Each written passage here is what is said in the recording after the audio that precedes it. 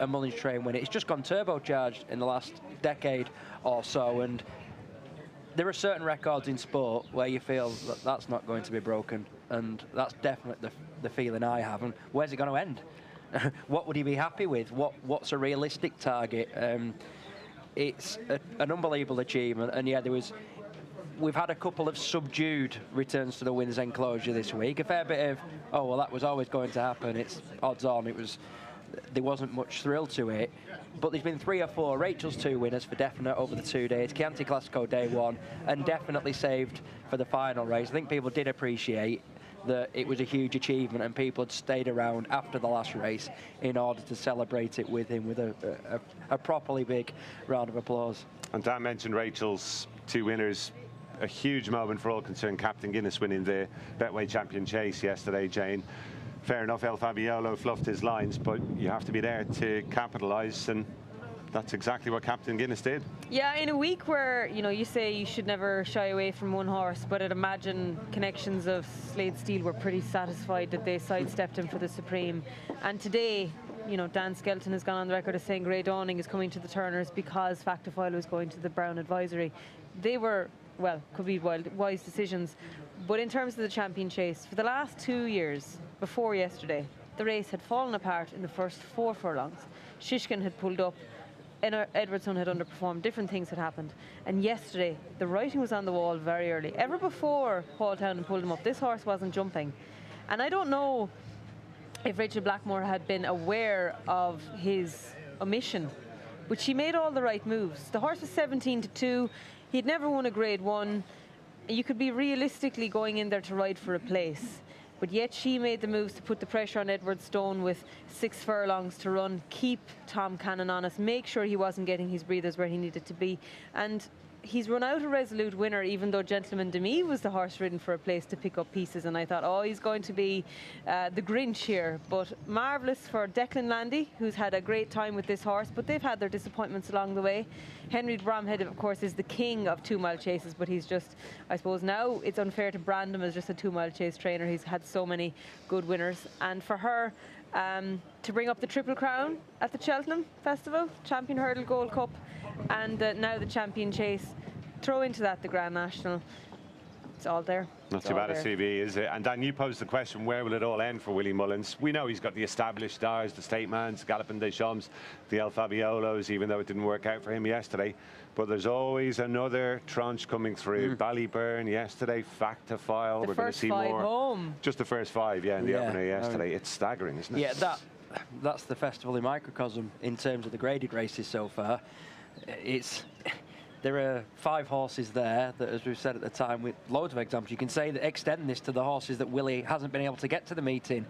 He's had the 9-1 favourite for a Champion Chase, despite the fact the reigning champion, Energumene, isn't even in the picture because of injury. So the depth is unbelievable, and to have 5 of the most promising novices around in the same stable, in the same race, suggests that, as you're getting to, Gary, this domination is going nowhere because he's got all the best young ones as well as the vast majority of the best established ones.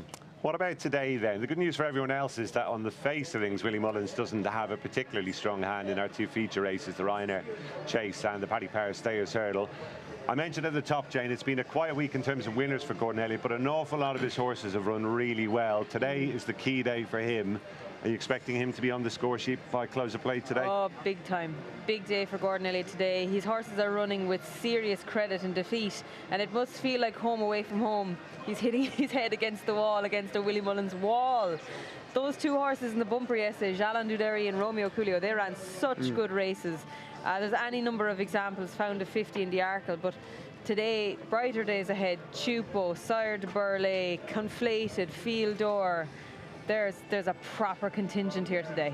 Is there a standout race for you in the card today, Dan? What are you looking forward to most? The opener. I've seen people say that this isn't a great race. I think it's a smashing contest. Yeah, I think it's great because it feels, I don't want to turn the narrative constantly to the British and Irish parochial battle by any means, but Britain have basically been a no-show in the graded races so far, and this feels an opportunity where they've got 2 of the first 3 in the betting. Facile Vega's the one standing in the way. I think the trip will really suit him now. I think he's ready for it.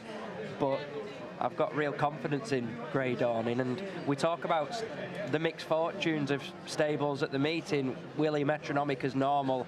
Henry's record in the non-handicaps, bar Quilixios, has been stellar. He's not had one out of the frame, and Gordon's knocking on the door too. Contrast it, of course, with the troubles that Nicky Henderson's having, and the news that Sergino has even been taken out of the Triumph tomorrow. He'd have been the one who might have been able to salvage the meeting to some extent, but Skelton's the one from the UK perspective, albeit in a couple of handicaps. Britain 3 from 3 in the open ones, who has really put up a fight, and I think in Grey Dawn he's got a potential Gold Cup horse of the future. I was most impressed with him actually the day he got beaten by Ginny's Destiny. Warwick was great, strongly run race, played to his hands a bit, but he was really strong at the finish. But when you walk through the second last here, as he did, and then still nearly get back and beat a horse of the calibre of the reopposing Ginny's Destiny, I think you talk about a horse with a serious engine, and he'd be their brightest hope in those sort of races this week. And let's not forget the stayers. I mean, it's arguably the most interesting division around in terms of the championship races at the moment, just because it's so open. We'll be 7-4 the field in that, which will be easily the biggest prize favourite that we see in the big races. It's all set fair for another great day. We'll miss nothing with us here on Racing TV. All 7 races coming your way. Time now to say a very good morning to Angus McNay. Gary, thank you very much indeed. Hi everybody, welcome to the Racing TV studios once again. What a day we enjoyed yesterday. Congratulations to Willie Mullins and all of his team. A very competitive card today. I think much more competitive than we've enjoyed on the first 2 days. And I'm going to be bringing you lots from here in the studio. I'll be having a look at Tihupu and suggesting that perhaps we could avoid him in the Stayers Hurdle. And I'll be looking at something quite unique about the Willie Mullins winners so far this week. We are celebrating on Racing TV 20 years of coverage of the Cheltenham Festival, and you're not going to miss a thing with us here this afternoon. And this is what we can enjoy. And there's the card in its entirety. The going is soft now, so it's just getting a little bit better. We're on fresh ground today, of course. We start at 1:30 with the Turner's Novices Chase, over 2 miles 3 furlongs, 168 yards. And then we've got the Potemps Network final, fiercely competitive as ever, just shy of 3 miles. The Ryanair Chase, a Grade 1, over 2.5 miles. Paddy Power Stayers Hurdle then at Grade 1 at 3:30. Tihupu likely to go off favourite there. Last year's winner, Sadio Burley, is in there again. At 4:10 we've got Handicap Chase, which is the Trusted Trader Plate, and that's over 2.5 miles. Then a really good Mares Novices Hurdle at Grade 2 over 2 miles at 4:50. Very much looking forward to that. I'm a big fan of brighter days ahead. And at 5:30 the Football Win Kim Muir Challenge Cup for amateur jockeys. That is a Handicap Chase over 3.25 miles. That is the fare that you have at Cheltenham today, 1:30 through to 5:30.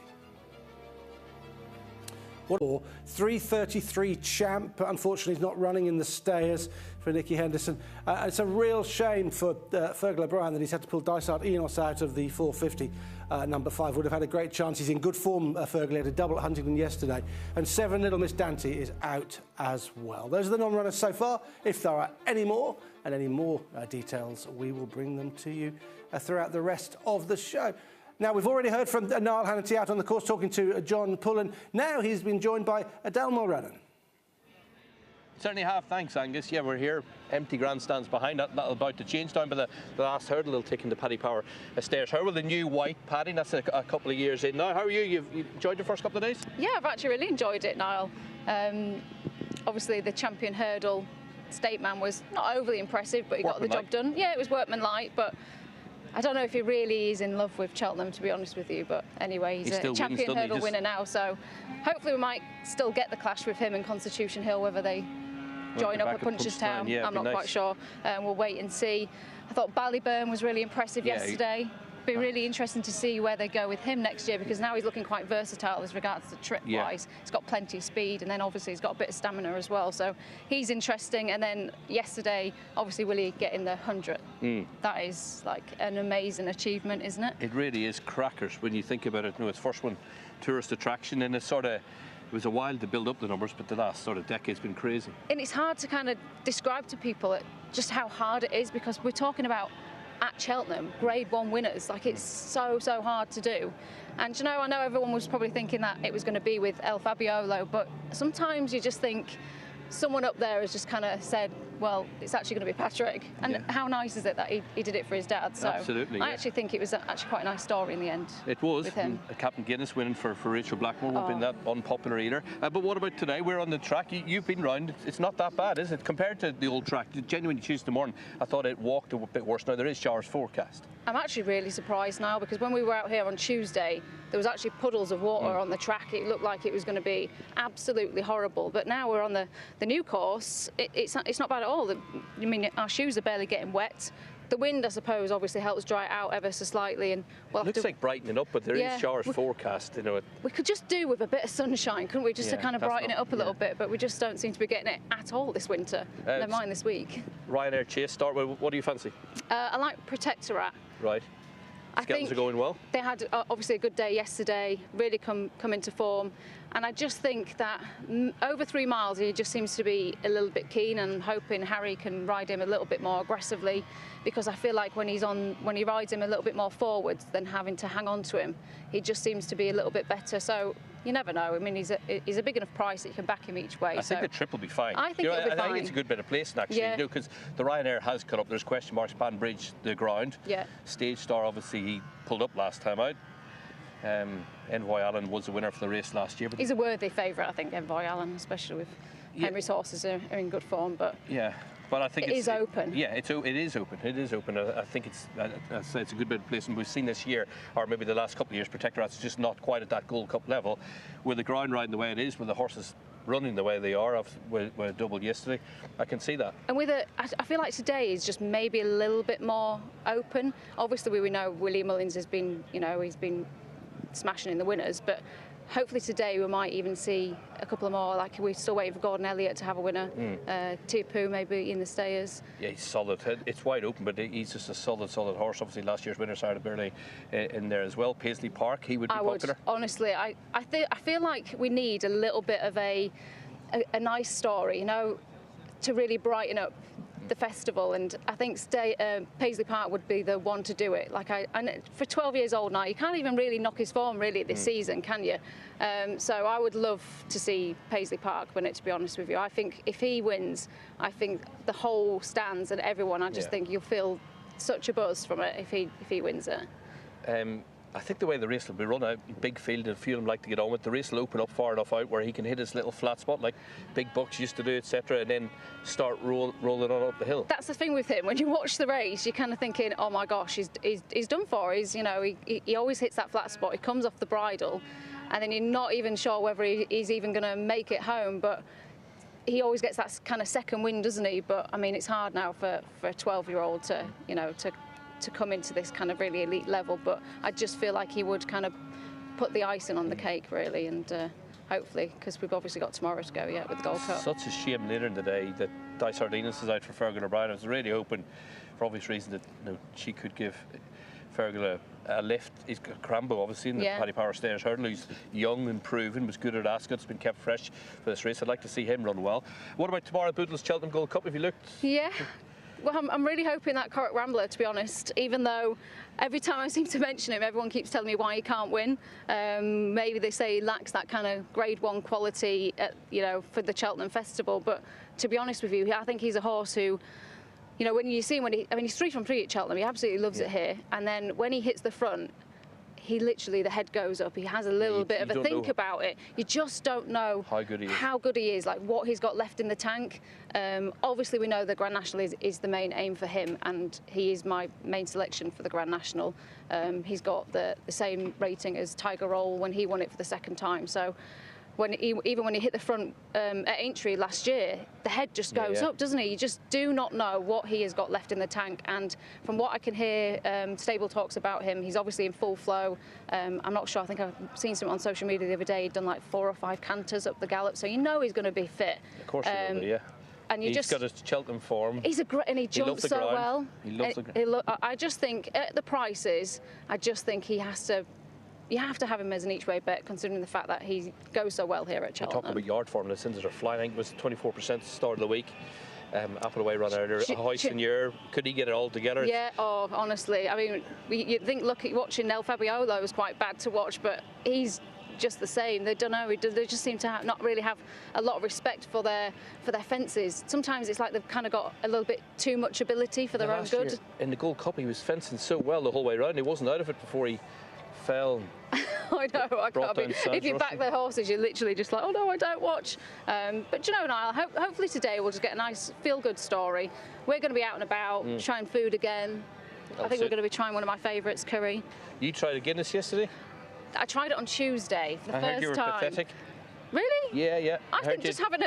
You couldn't drink? Did you drink it all? No, I didn't drink it all. That's pathetic. I couldn't finish it. It was like literally drinking a meal. Right, well, I'll give it a try. It's St Patrick's Thursday. She is definitely finishing her Guinness this morning. I promise you that.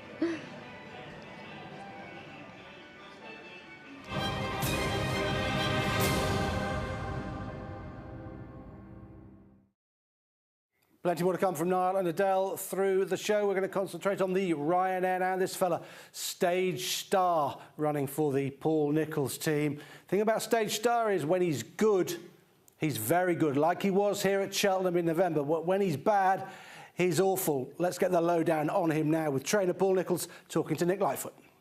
Stage Star is already at Cheltenham Festival, and if he is back to where he was when he won the Paddy Power Gold Cup, which as a handicapping performance was awesome, how big a player is he in the Ryanair? Oh, massive. If we hadn't run him on New Year's Day, he'd be favourite.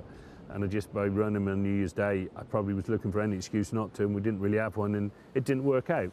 He's fine now. I'd put a line through that run, and very happy with the prep and the way he looks, and he is good fresh, and he loves the track.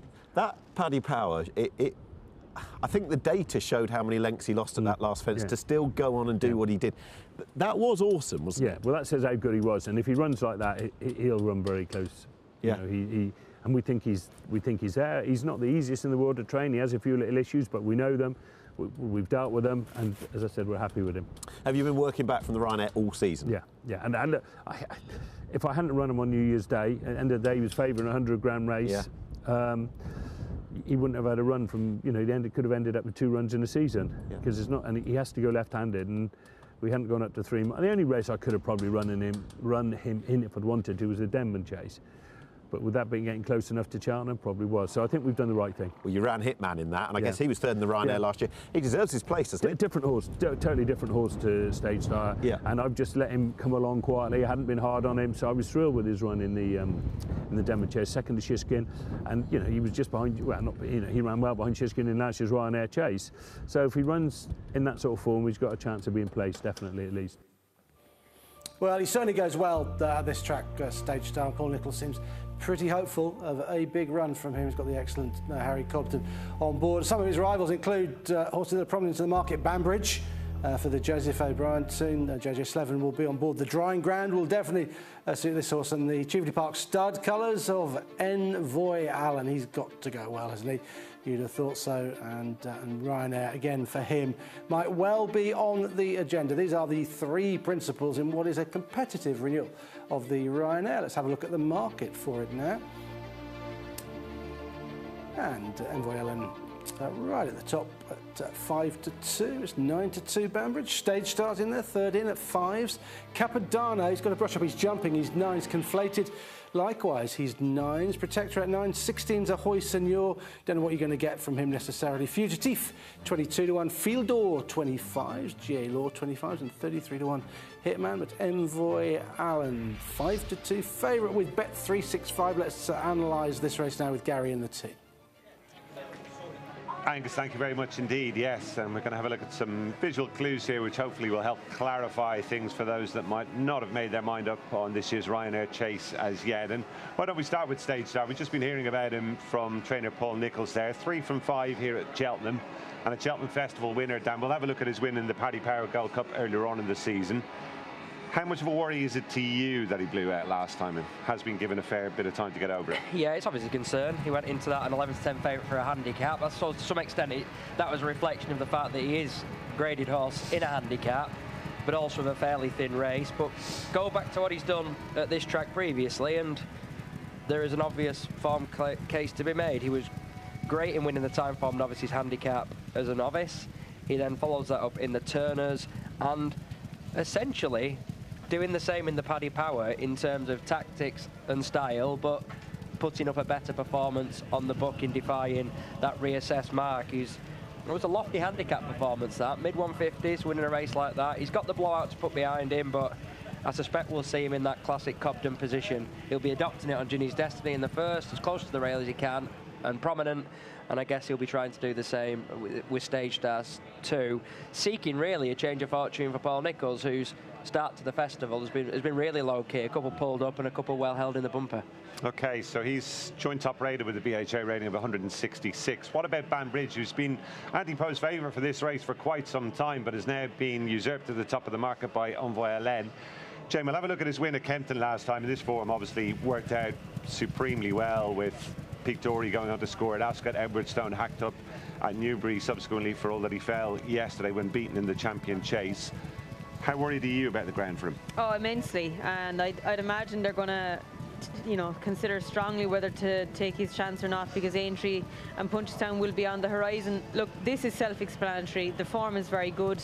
He came there with a perfectly timed challenge, but he had to show guts to get past Pic Dory, who subsequently won a Grade 1 down to the last. JJ gets a good stride and he comes up well. He likes Cheltenham, of course. He won the Martin Pipe here. He's run with credit over fences here as well. And look, on good ground, this horse, I wouldn't oppose him. On this ground, I'm taking him on, because despite being an 8-year-old and probably at his prime, he has been beaten time and time again on this ground. He's vulnerable.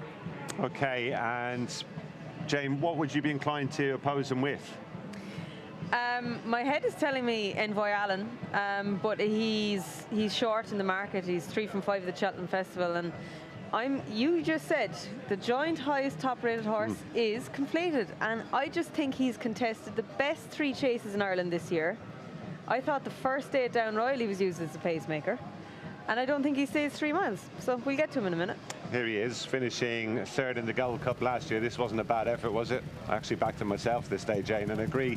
I don't think he got the marathon trip this day, but I think he does stay 3 miles, in fairness to him. He has won a Grade 1 over that trip at Leopardstown, but could this be just maybe the Goldilocks perfect fit for him? I think this is his optimum conditions. I thought that Savills Chase that he won under Davy Russell was dictated by Davy at a slow pace, and he turned it into as much of a speed test as he could. He's right here in the mix behind Protectorat, beside Brave Man's Game, and of course Galveston, the best of company. And Sam Ewing gave him a particularly good ride. He's being kept in. He's being kept in. Like, I know he's obviously going to finish off into 3rd place, but he's actively being kept in because he's travelling well enough to get into that kind of a position. So look, I don't think he stayed up the hill. It was a tremendously good run, and we'll skip on to his Irish form now subsequently, but that was the best chase in England last year, wasn't it? It was a hell of a good Gold Cup, I thought. And would that be good enough to have beaten Envoy Allen last year? It'd be damn close. Good question. We're actually going to see the two of them running against each other at Down Royal now. This is early season form, Jane. I think connections of Conflated were talking down his chances going into this. For all that it's a race Gordon Elliott likes to win, he won it with Jerry Colombe. But just the vibes for Conflated weren't that strong, and it's obviously the wrong way around for him in an ideal world. He doesn't like going right-handed because he jumps left, and you can see Sam Ewing's right rein is tight because he's leaning left. As look again, Jerry Colombe, Manila Indo, Envoy Allen, very, very good company. He'll forfeit ground at every fence. He'll jump out to his left here now as they approach the second last, and Rachel Blackmore is very coy to go the inside route. Just even look away, ground away all of the time, and still down to the last, he's still in front. Jack Kennedy switches in, Rachel Blackmore making her challenge in the middle, down to the last, he's still upsides in front. It's not until very near the line that they get past him again, over 3 miles. And as you said, this wouldn't have been a target by any means. I think it might have been a target for Envoy Allen, because I remember thinking on the day he looked particularly fit. So look at that, a length. I think he's, what is he? What's his price?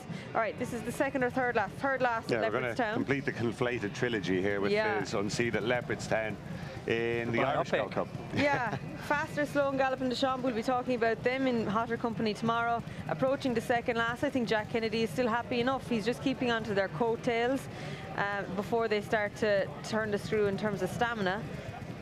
I think that's a perfectly good run in a very, very good race. For the Ryanair Chase, I think he's overpriced. He ends up unseating here, Dan, and might well have been on the worst of the ground, but you can understand what Jack Kennedy was thinking. He is a horse that tends to go left. Is he on your shortlist? Yeah, definitely. Yeah, he's on I mine agree too. that Goldilocks is a good way of putting it. I mean, he's won the 2 Grade 1s at a flat 3 miles. Well, I thought speed was the critical factor in both of those.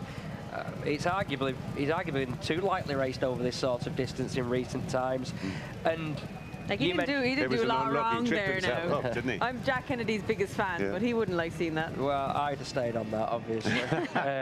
Well, the weight for one would have kept me in the saddle. Yeah, I like the trip angle for definite. You mentioned the ground. I thought it was more marked at Christmas Eve, and when you look at this will factor in massively with our discussions tomorrow about the Gold Cup. But I thought there was a huge track bias at Christmas, and Conflated. I am Maximus, an Irish national winner, unconscious on the inside pretty much. Conflated too. What he did show there is that pretty brutal experience hasn't left a mark. He still went with bundles of zest. He'd definitely be on my shortlist too. And I suppose question back on the Banbridge score is, at what price does he become backable? At what price is he too big, factoring in the concerns over the ground? Because that price does, as you say, anti-post favourite for a long while for this race. When he gets out to what, 8, 9 to 1, is that when it's worth taking a risk? He's only 9 to 2 at the moment. He's a long way from 8 or 9 to 1. Yeah, I think he might be heading that way. We saw a few late drifts yesterday, though. It's not out of the question he could get bigger, is it? No, I think he's probably bigger on Betfair as we speak. It's been an interesting market, this. Envoy Allen feels like he's got himself clear favourite rather by default, because we know he's going to be primed for the day. His record at the Cheltenham Festival, he's really strong, and Henry's record this week in the non-handicaps, as I said a few times now, has been absolutely stellar. Bar Quilixios, everything else has finished in the frame. Dan, you wanted to flag up Fugitif in this one. He got a well-deserved day in the sun in the December Gold Cup in a real good scrap. He's had 1 run since then. Here it is, behind Elixir de Nuts and John Bon in the rearranged Clarence House Chase. What was your take on this performance? Well, I wanted to see him go with a bit more zip, because it was in my mind earlier in the season when I had doubts about Allaho, another horse who's not made the festival for Mr. Mullins, who would have been a favourite for a race. That was a race to have a go at anti-post, and his record in the handicaps has been so consistent at this track. He's run here 6 times in all, including this non-handicap run in the Clarence House over the wrong trip. His form figures of 3 2s, 4 1 3. He's a strong travelling horse, a big unit who I just think has got better and better with age, just because his physique is such that he's taken time to mature and strengthen to some extent. It'll very much be a case of picking up pieces. I don't hold out great hopes that he'll be good enough to win the race, but in a well-run Ryanair, when you consider the ground he made up to Colerail Ridotto here for his Cheltenham win in December, I thought there was enough about him to suggest that a race that's been his target for ages. Richard Hobson's been on record as saying it. The Clarence House was a nice sharpener over the wrong trip. Thought he might have claims of running into the frame at a big price. Are we guilty of overlooking the obvious here, guys? Willie Mullins, just 1 runner in the Ryanair Chase, won at Cheltenham last time, Capodanno. He's my idea of a real-life Grand National candidate. This would be a nice race to pick up on the way. Can you see the case? I think he's too slow. Really? Personally, yeah. I think he's a 3-miler. I fancy him for the International. I think any of the Cotswold Chase is fine. Stay Away Fade didn't frank the form yesterday, but he had an excuse. The Real Whacker is fine, but I wouldn't fancy him in this. Don't fancy him in the Gold Cup. You like him. Tell me why you like him. I think he's an underestimated horse, Jane. You know that? To me, he would have won that Cotswold Chase over just about any trip. It was a really confident ride from Paul Townend, and I think this season Connections are getting a clear run with him, which they didn't last year. He only got to the track in the Red Mills Chase in February. They were half training him for the Gold Cup last year, were they? It was interesting. There was never a Gold Cup consideration, Sarah. I didn't even get an entry. He wasn't even entered. I think if he was entered, he'd have run, Dan, wouldn't he? Yeah. After winning the Cotswold, it would have been. It would seem the obvious step, but conversely, was it just that this is the race we think he's got a chance in? Now, I'd be concerned over the short trip about his jumping. He's not very fluent. The Cotswold was a dawdle, really poor time. Ahoy Senor still in the mix approaching the last, despite the fact that Stephen Mulqueen's stirrup leather strap has gone. I think the real holes in that form. I thought it was a bit of a farce of a race, but in a strongly run Ryanair, will that suspect jumping hold up? Because it has been an Achilles heel. Fair point. Let's sum it up then. I'm against the top of the market here. Capodanno and Conflated for me. You're very much with Conflated, I think, aren't you? Strong Conflated. Think he'll run a big race. And Conflated hat-trick, Fugitif for anybody looking at play spots or place only, or even if you want to back him each way. I've done a fair few previews and nobody else liked Conflated. So this is refreshing. A groundswell of support at the 11th hour for Conflated. Might get him off Fav at this rate. Those are the thoughts then of the jury here at Cheltenham on the Ryanair Chase. We're going back to Niall. Bookmakers always sit on the fence. Pat Cooney from Bet365 is no different. How are you keeping? Yes, all good, thanks, Niall. Yeah. Glad to be here. Really looking forward to the day. Well, how was yesterday? I suppose El Fabiolo, all them multiples rolling up? Yeah, well, we had a grim day one, which we normally do. Statistics always show that. There's only 2 handicaps on the day one, and you never win on them with the extra places and so forth. So day one's always a bad day, and it was once again. Bit better yesterday, but the key to it all was El Fabiolo. That being said, Rachel Blackmore riding the winner of the race as a day of race event. That wasn't much good, but it was a lot better. Come on, it was a lot better. Yeah, yeah, but we always, we lose in half-time, win full-time. That seems to be what you want on the football coupon. And it's tough today, isn't it? There's only one slight odds-on favourite. And then tomorrow we've got Dino Blue, maybe that'll go off at odds-on. So it all goes well. We always look forward to the Albert Bartlett. That's normally the bookies' benefit of the week. So behind but in touch, put it that way.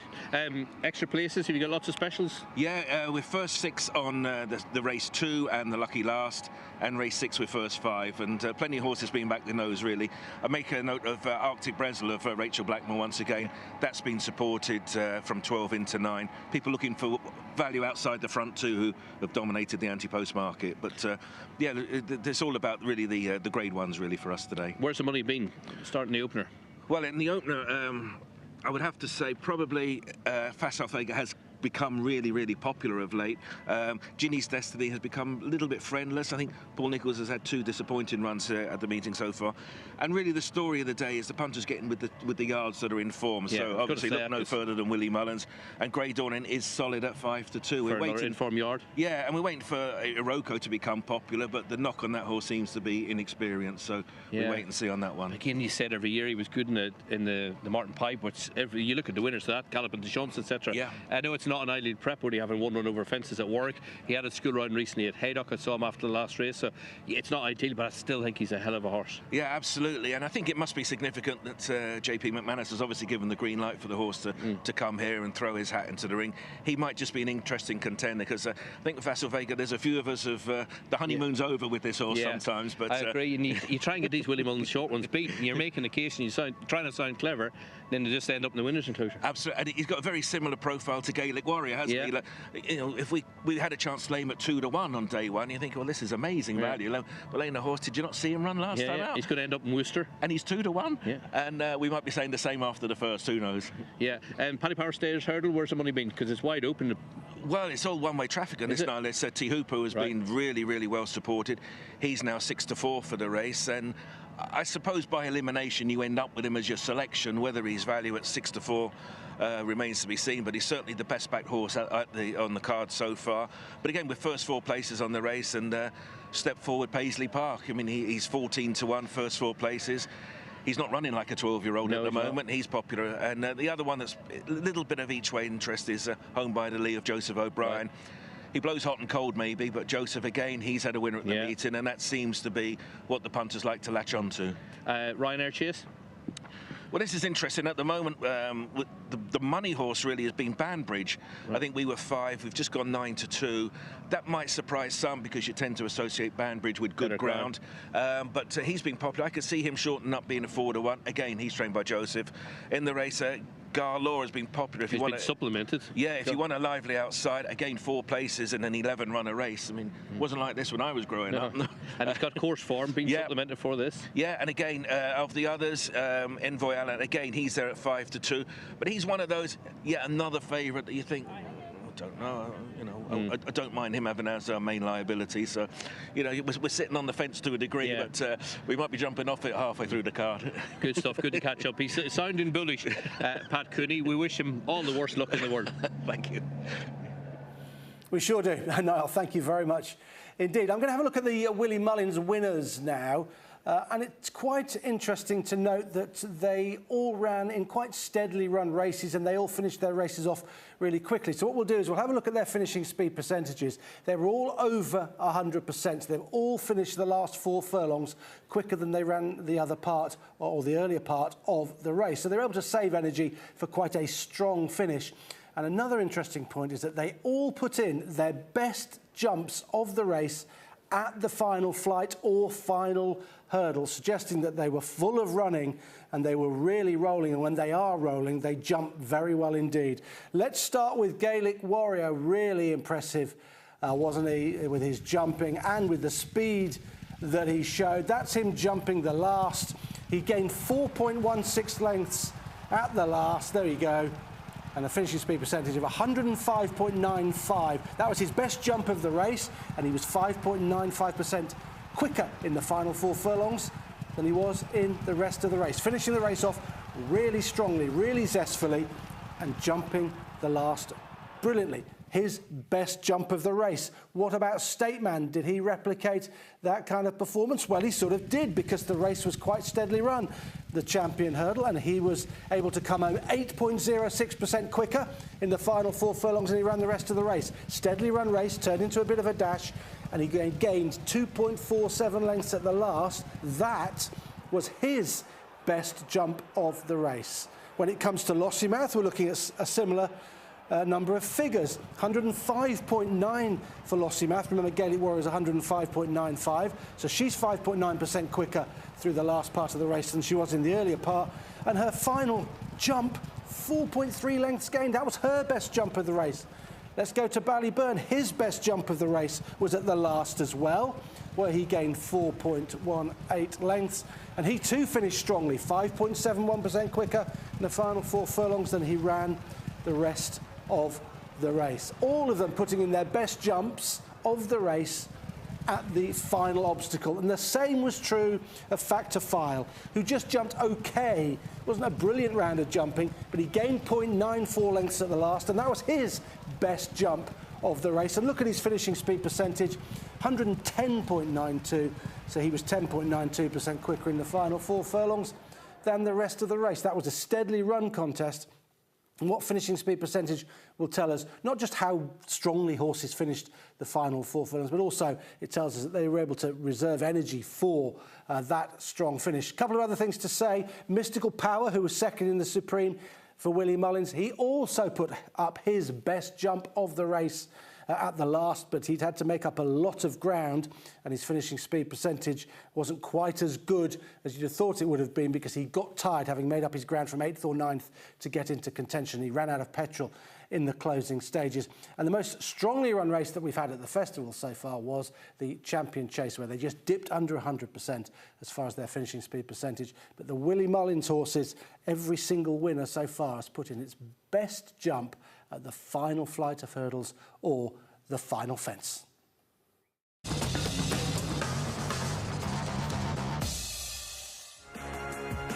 Mark your card. Proudly sponsored by Timeform. At Bet365, we encourage all of our players to play safe. So before you take a look at today's fixtures, log in and check out our responsible gambling tools. Like deposit limits. You can set a daily, weekly or monthly limit that helps keep an eye on your spending, so you are able to enjoy the things that matter most. When you play safe with Bet365.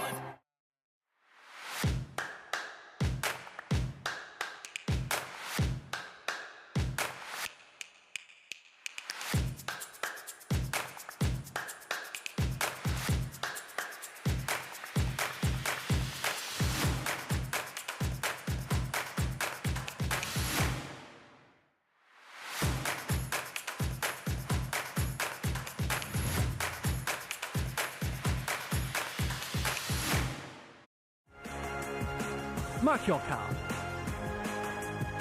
Proudly sponsored by Timeform.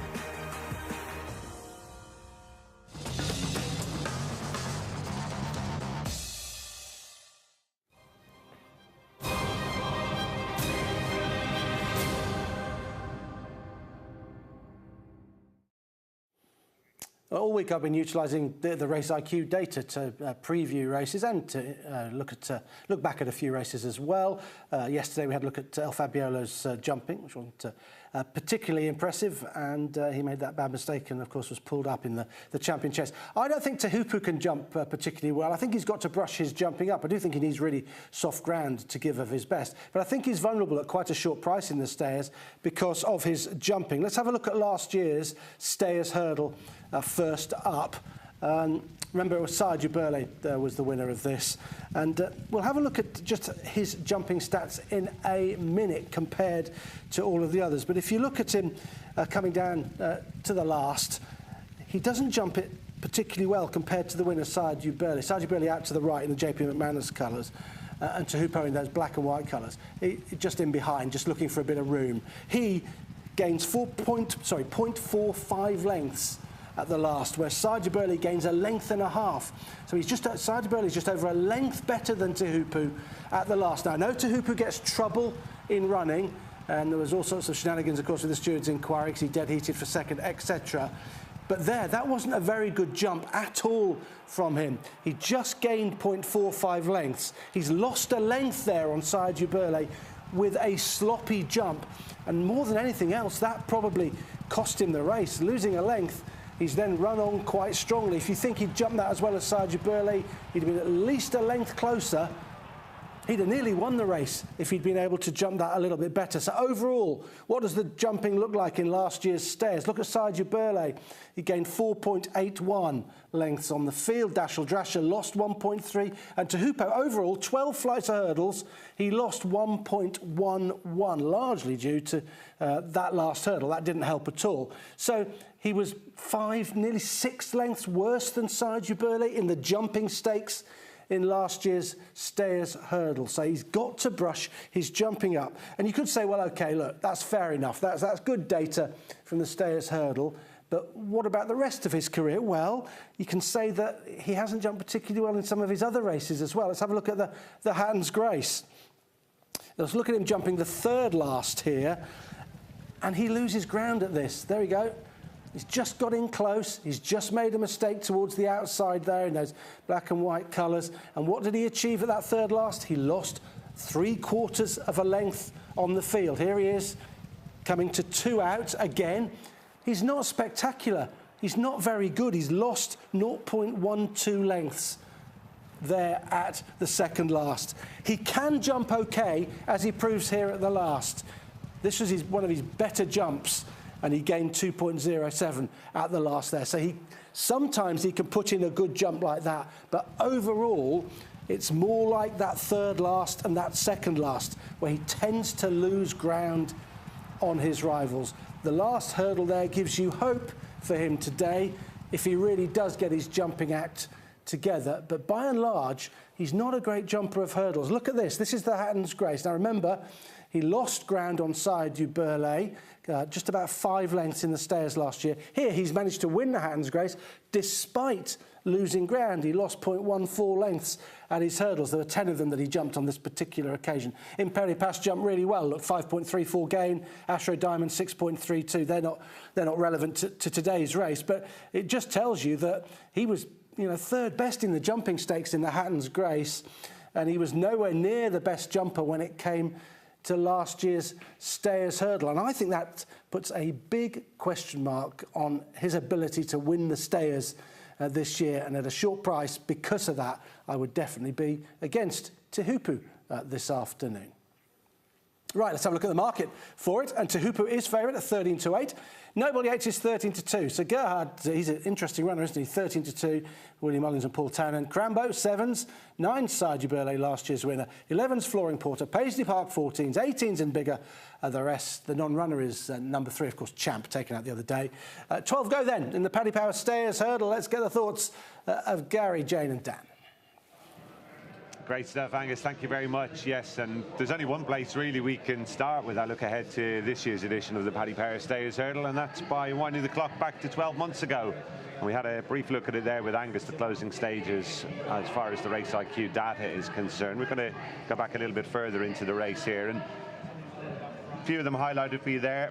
Home by the Lee amongst them, who made a very bad mistake early in the piece, Jane, and in fairness to him, did really well to get back into it. He did. Look, this is a fascinating renewal because they went very quick from the front with Flooring Porter, strung them out very early on. This is the first 4 hurdles of the race. Home by the Lee is in a prominent position at this stage, but look how far back Teupo is. Now we're going to skip forward to a little bit later in the race, if we can. It's coming. It's coming. You can see the rain-sodden ground there as well. It won't be dissimilar conditions to today. Running down the hill the first time, Davy Russell is taking his time beside Paisley Park, well back. Danny Mullins is very much comfortable on the front end, and JJ Slevin, customary for Home by the Lee, slapping him down the shoulder, but very much close enough, if good enough. This is the top of the hill the last time, and Home by the Lee under the pump. But watch Davy Russell still in no panic, crossing the road with 2 to jump. He's after making up all of that ground, and I think that used up plenty of petrol. He switches to the inside, but I still think, considering the pace that Flooring Porter has gone, that he's run a huge race. Home by the Lee just on their coattails. To me, Teupo ran out of puff, having made up a lot of ground. Sarah de Burley on the inside will eventually outstay him, but my eye is also drawn to Flooring Porter, who, having gone very quick, is not dismissed lightly, and he still finishes 4th. Dashel Drasher agonisingly gets chinned on the line by Sarah de Burley, but I venture to think that if Teupo hadn't made up the guts of 15 lengths in the run, the winning margin would have been different. It did seem unnecessarily complicated, I thought, with Teupo last year. And the other thing I was a bit surprised by, Dan, when he won the Galmoy hurdle at Gowran Park, he took it up 2 out and went further and further clear, where he was just ridden to pounce late last year. And I think that's why the jumping cost him in the end, because he ended up needing good jumps over those last couple, whereas had he maybe hit the front a bit earlier, or tried to hit the front a bit earlier, it wouldn't have been such a factor. What's your take on it? Yeah, and at the end of the war that was last year's Stayers Hurdle, a bruising affair, as Jane said, with Flooring Porter making a real test and probably overdoing the front-running tactics that had served him so well the previous 2 seasons. And the other thing to note as well is Davy was stood down on the day after. The horse at the worst time of the race, where you're tired, he's having to manoeuvre him inside and out to try and get a run. Now, as an overall summary, like the fact we've got 3 previous winners but of 4 Stayers Hurdles paints a really clear picture of this race, in that we know so much about these horses. Yeah, there's no big bucks nowadays, or a Barracuda or an Ingles Dreamer to dominate the division, but I think that makes it far more interesting. We've got numerous private head-to-heads between a few of these horses. Dashel Drasher, Paisley Park. There's still an element that Chihupu is a newer name on the scene. Look, he couldn't get it done last year in what was a similar calibre renewal. I think it's something to say for the reappearance in the Hatton's Grace, arguably being a better performance on the book anyway, seeing off Impere passing that head-to-head from the home turn. It was a bold move, wasn't it? Straight after the Hatton's Grace hurdle, Jane. That was it. This was the next time we were going to see him, and true to form, that's how it's going to be. Yeah, the statistic is there. Every time he's had a break of 58 days or more, he's won, and that has happened 8 times in his career, and now he's only a 7-year-old. And it is worth taking into account that last year, when he got into that battle, he was a 6-year-old, and he's not a big unfurnished horse by any means. He's quite a petite horse, but he arguably should be at his best this year.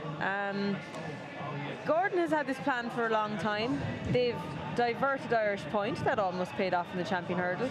But I'd say it was an easier decision to divert that horse, knowing that this horse is so solid. And he's certainly got conditions in his favour today, so we'll see how the rematch between last year's protagonist shakes down. Let's have a look down at the Cleeve Hurdle and some more recent form here. Dan, of course, your favourite horse in training currently, Paisley Park, suffers an agonising defeat here at the hands of Noble Yates. But what a horse race this was. Yeah, what a horse he's been, what a horse Dashel Drasher has been. It again paints the picture of the wider division at the moment, that when Champ was in the race, Crambo's the only British trainer in the race who was younger than 11. You had Champ and Paisley, 12-year-olds, and of course Dashel Drasher, an 11-year-old. Those 3 have had enough wars to write a book themselves. They've just been tremendous, butting heads over the course of the last couple of seasons.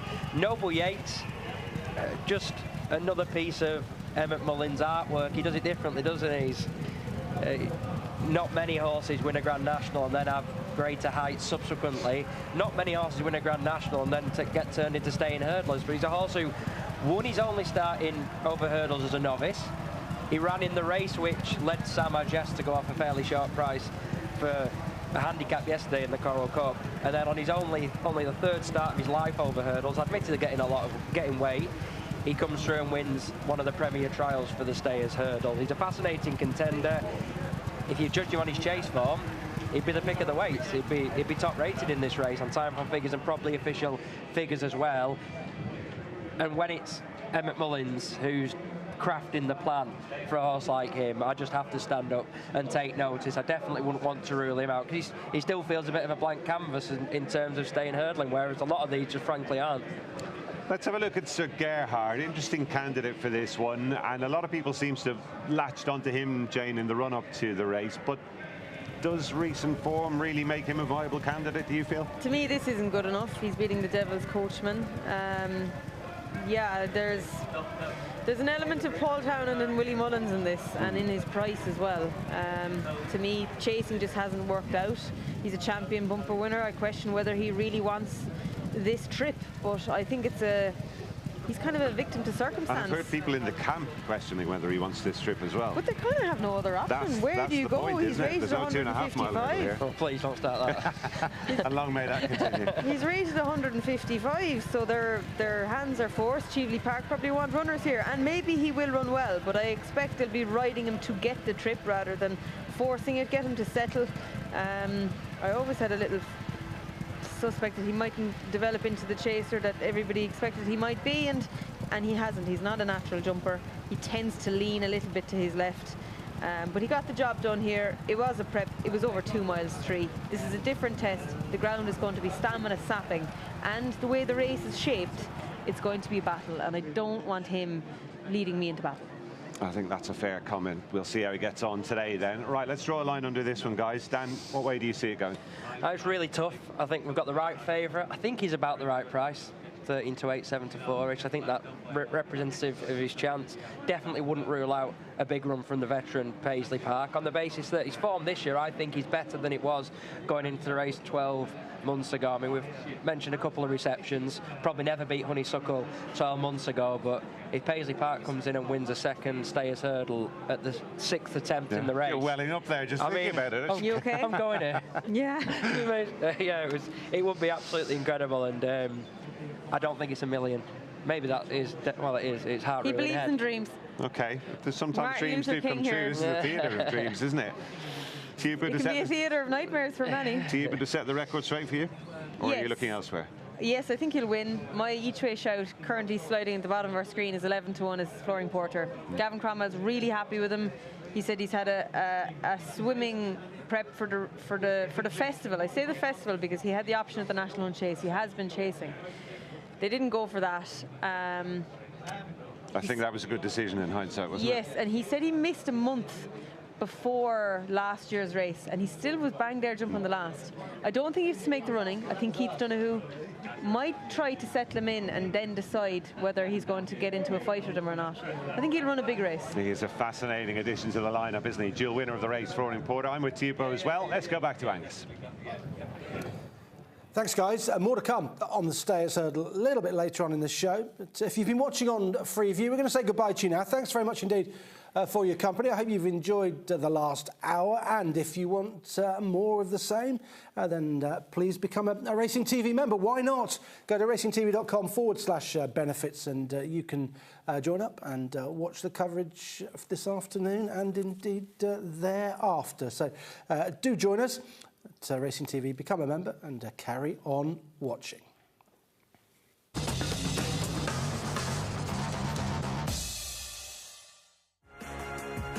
Mark your card. Proudly sponsored by Timeform. The Sun's horse racing pull-out, The Favourite, is now in the paper 7 days a week, with top tips, form guides and colours every day. Pick up The Sun today. Mark your card. Proudly sponsored by Timeform.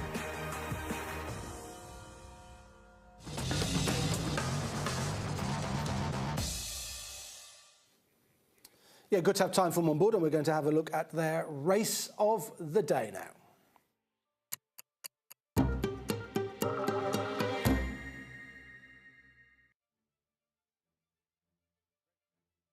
Yeah, race of the day comes up this afternoon in the form of the Stayers Hurdle. And Lewis Tomlinson's on the line to chat about this race. Lewis, how are you doing? How's your Cheltenham been so far? Yeah, it's been enjoyable, Angus, yeah. No damage done as of yet, and hopefully we keep in a decent run of form so far today. Yeah, much more competitive today than it's been in the last couple of days, isn't it? Yeah, it looks the most interesting card all week so far, and I've said this looks like the most open Grade 1. It does. Let's have a chat about it. Let's have a look at your ratings for the Stayers Hurdle. I think it looks wide open. My opinion is that I know Tihupu's your top rated 173, but he looks a bit short to me. But just take us through some of those ratings. Yeah, so as you said, Tihupu top there on 173, only a pound ahead of last year's winner, Sire de Burley. Flooring Porter, really interesting addition to the race on 170. Then there's a whole host on 167. So within striking distance, really, the likes of Crambo, Paisley Park. Best of the British there. Asterion Falange as well, who's been quite good since he's reverted back to hurdling all the way down there. Noble Yates is second bottom on what he's achieved over hurdle so far, but he does have the all-important plus as he's £15 higher as a chaser.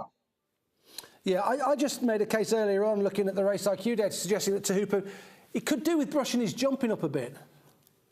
Yeah, I could see that. I think on another day he probably does win the race last year, and you know, he's younger and less exposed, I guess, as a staying hurdler. If there is one who probably does have the capability to take the form to another level, it would be Tihupu. You couldn't really knock what he did in the Hattons Grace. And I think he's a very, very solid favourite, Angus, if I'm honest.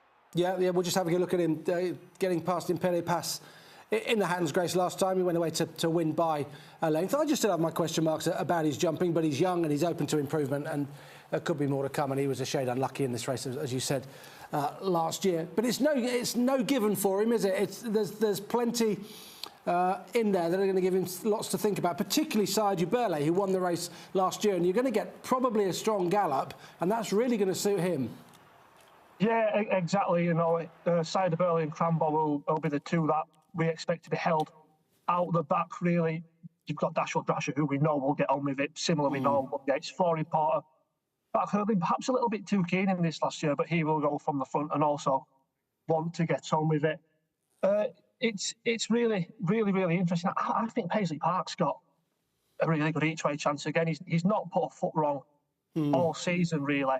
Unlucky not to have won a race yet this term. And on our ratings, he's still only £3 inferior to when he won this 5 years ago. So barely deteriorated at all at the age of 12. And like I said, this is a home game for him, really. It is, yeah. But in the same breath, if you give Paisley Park a chance, you give Noble Yates a chance, don't you? Yeah, of course. And like you say, he's still probably not quite fully aware of exactly what Noble Yates can do as a hurdler, hence the plus remaining on his rating. It's a really, really, really tight race, and there are so many you can make sound, sensible each-way cases for. There are. The early pace map tells us, and on your Timeform page it says that the pace forecast is very strong, as we've discussed. There'll be no hanging around, will there? No, like we just mentioned, Dashel Drasher, Noble Yates, Flooring Porter, always forward, and like you say, Flooring Porter might perhaps over-racing it slightly last year. Home by the Lee, Asterion Falange, Buddy One. Again, they tend to be close up. You'd expect the favourite Tihupu to be maybe towards mid-div, slightly towards the rear of mid-div. And like you said, the strong pace will suit Sire de Burley, who will stay on from rear. And we can Lewis, thank you. So it's Tihupu, I guess. The way you're talking, it's Tihupu. Is it for Timeform and for yourself? Yeah, I think he's a likely winner. I think he's a very solid favourite. I'll back Paisley Park each way. OK, Lewis. I wish you well. I'm against Tihupu, so we're going head-to-head. I will wish you a good afternoon nonetheless. Thanks a lot. You too, Angus. Take care. Cheers, Lewis. Thank you. That was your Timeform race of the day. The Stayers Hurdle this afternoon.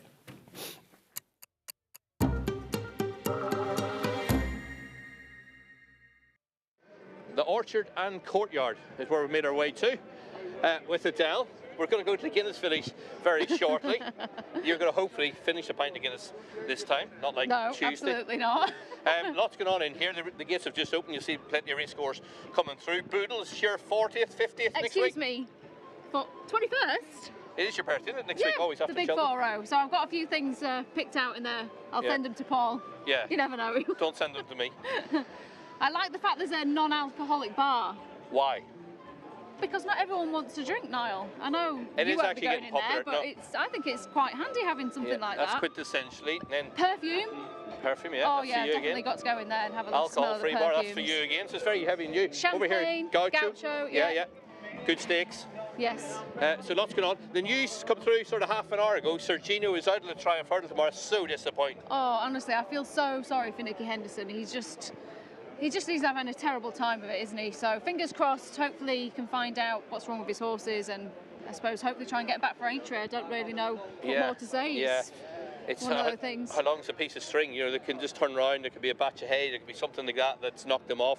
Within 10 days, they might sort of start to blossom. A bit of spring weather might help. Definitely, hopefully. They need some sun on the backs, don't they? Yeah. Look how busy it's getting now, though, Niall. Crowds are starting to fill in. I always find it quite interesting to find out where everyone likes to go and watch the races. Not everyone likes to go down to the winning line. Lots of people just prefer to kind of stay around the paddock and watch it on the big screens, but there's just so many places to enjoy for race goers, isn't there? Literally, as you walk around, you're inundated of places to go and grab a drink or some food. There's a bus. A bus the night timber have drank. That's quite nice. Isn't it nice? Yeah. Take and over your here, word for it. unfortunately, didn't go away with Glenfarclas this week, who've been so loyal supporters for the cross-country chase for many years, but that didn't happen this year with the weather. It's been one of them annoying winters. Is that whiskey cocktails then? Yes, we drank them last year. I might have to try one of those. They were nice. We're going to hear from Ruby Walsh in due course as well, see how many winners he thinks Willie Mullins can have today. He's going to hopefully get off to a good start in the first race. Really like to see Il Rocco. I never got a chance to mention him earlier on. Oliver Greenall. He was good in the Martin Pipe last year. Maybe he lacks a bit of experience. That's the only thing, I was going to say. But the way when he won at Warwick, like the Warwick fences down the back, they come quick. He was really good. He nailed them. I honestly think any horse that wins the way he did at Warwick, I think they've got a lot of good quality about them. As regards to the track's tricky, the jumps come quick at them. So even though he lacks experience over jumps, hopefully he's got a bit of quality about him. I'm sure I'd seen Ruby Walsh tip him up on one of his, the Cheltenham previews. I think he's very good. He was, I loved him last year. The Martin Pipe galloping to jump. We know how strong that race is. Over the years. I really hope Oliver Greenall and Josh Guerrero get another Cheltenham Festival winner, because I feel like they're a real up-and-coming yard. There's been plenty said as well about horses, and I think they are too, that I'd use as an example, sourcing young horses. So they've gone and before the horses get the store sales, where a lot of your point-to-pointer, Colin Bowes, the Doyle brothers, Colin McKeever, Ballyburn, and they're sourcing these young horses. And what they've done is they've went to France and they're buying them as 2-year-olds, so before they get sort of break in the chain of the life. So, and it's starting to reap the rewards of Rocco, and so I think they're a mobile yard. I spent a lot of time with Oliver Greenall, when he was at McEasterby's. I was apprentice there and he was riding as an amateur, and you just knew there was something about Ollie. I mean, he was really into his cows, I think. He wasn't at one point before he kind of got into the training. He's always kind of been interested. I just found that he seemed to be really knowledgeable, like you say, buying stock, young stock, and get him in that way, instead of going to the point-to-point scenes and buying them for obviously for a lot of money. Yeah, it's cheaper. You've got to wait that year or two. You've got to have a bit of patience, but I think it's nice to see them rewarded when they do Believe it or not, the sun is trying to peek out. Might need our sunglasses. Well, I wouldn't go that far, but it is a nice day. The race goers coming in. St Patrick's Thursday. Hopefully, if you can get the few pints of Guinness.